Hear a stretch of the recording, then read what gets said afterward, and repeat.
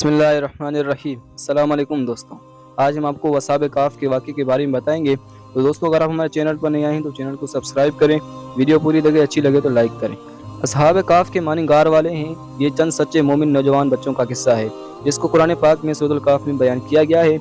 आज से सैकड़ों बरस पहले किसी मुल्क में एक मुशरिक और जालिम बादशाह था।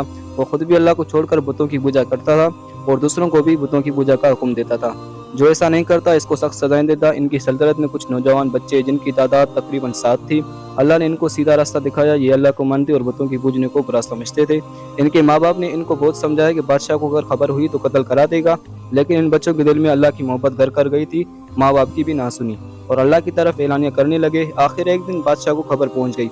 लड़के डर की वजह से एक पहाड़ की गार में जाकर छुप गए। इनके साथ इनका कुत्ता भी था, वो भी साथ चला गया। जब कोई शख्स अल्लाह का हो जाता है तो अल्लाह भी इसकी मदद करता है। जब ये गार में पहुंचे तो अल्लाह ताला ने इनको सिला दिया और कुत्ता गार के मुंह पर बैठ गया। इसको भी अल्लाह ताला ने सुला दिया। अल्लाह ताला ने अपनी निशानी और लोगों को अपनी कुदरत दिखाने के लिए 309 साल तक सुलाए रखा। इस अरसे में पता नहीं कितने बादशाह खत्म हो गए। ज़माना बदल गया, लोग बदल गए। 309 साल बाद अल्लाह ताला ने इनको थोड़ी देर के लिए जगाया। इनको ऐसा मालूम हुआ कि वो अभी सोए थे। इन्होंने देखा कि सब चीज़ें इसी तरह मौजूद हैं जिस तरह वो सोए हुए थे। कुत्ता भी इसी गार के मुंह पर बैठा था। इनको भूख मालूम हुई तो इन्होंने अपने चंद साथियों को सिक्के दिए कि छुप छुपा कर इसी तरह बाजार जाकर कुछ खाने के लिए ले आएं। जब ये सस्ती बाजार गए तो वहाँ की हर चीज़ बदल हुई नजर आई। दुकान पर पहुंचे तो खाना खरीदा। जब वो सिक्का दिया तो लोगों को बहुत ताज्जुब हुआ कि ये सिक्का फिलां बादशाह के वक्त का है जिसको मरे हुए कई 100 बरस हो गए हैं।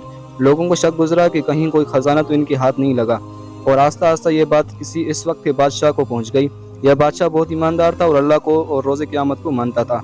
इसने इन लड़कों को अपने दरबार में बुलाया और इस सारा किस्सा सुना। बादशाह और हाज़िरीन को बहुत ताज्जुब हुआ। बादशाह माँ दरबारियों के इस गार तक आए। इन्होंने इन लड़कों को सोता हुआ देखा। इनकी आंखें खुली हुई थी मगर जिस्म सो रहे थे।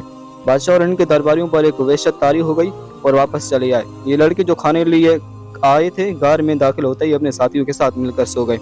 बादशाह और इनके दरबारियों को यकीन हो गया कि अल्लाह ताला बड़ी ताकत और कुदरत वाला है। मरने के बाद वो इसी तरह जिंदा करेगा जिस तरह इन गार वालों को किया था। ये लोग इसी गार में क़यामत तक सोते रहेंगे। अल्लाह ताला ने इस वाक़े से हमको बताया है कि वो अपने मानने वालों की हिफाजत करता है। जालिमों से निजात की ऐसी सूरतें पैदा करता है जो किसी इंसान के वहम गुमान में भी नहीं आ सकती। हमको भी ये सबक मिलता है कि जिस शख्स में अल्लाह ताला की मोहब्बत पैदा हो जाती है वो किसी बड़े बड़े बादशाह से भी नहीं डरता। तो आइए हम सब भी अल्लाह ताला से मोहब्बत करें और यकीन पैदा करें कि हर काम इसी से होता है और जो कुछ होता है और जो कुछ हम दुनिया में अच्छा बुरा काम करेंगे क़यामत के रोज़ हम उसका बदला मिलेगा।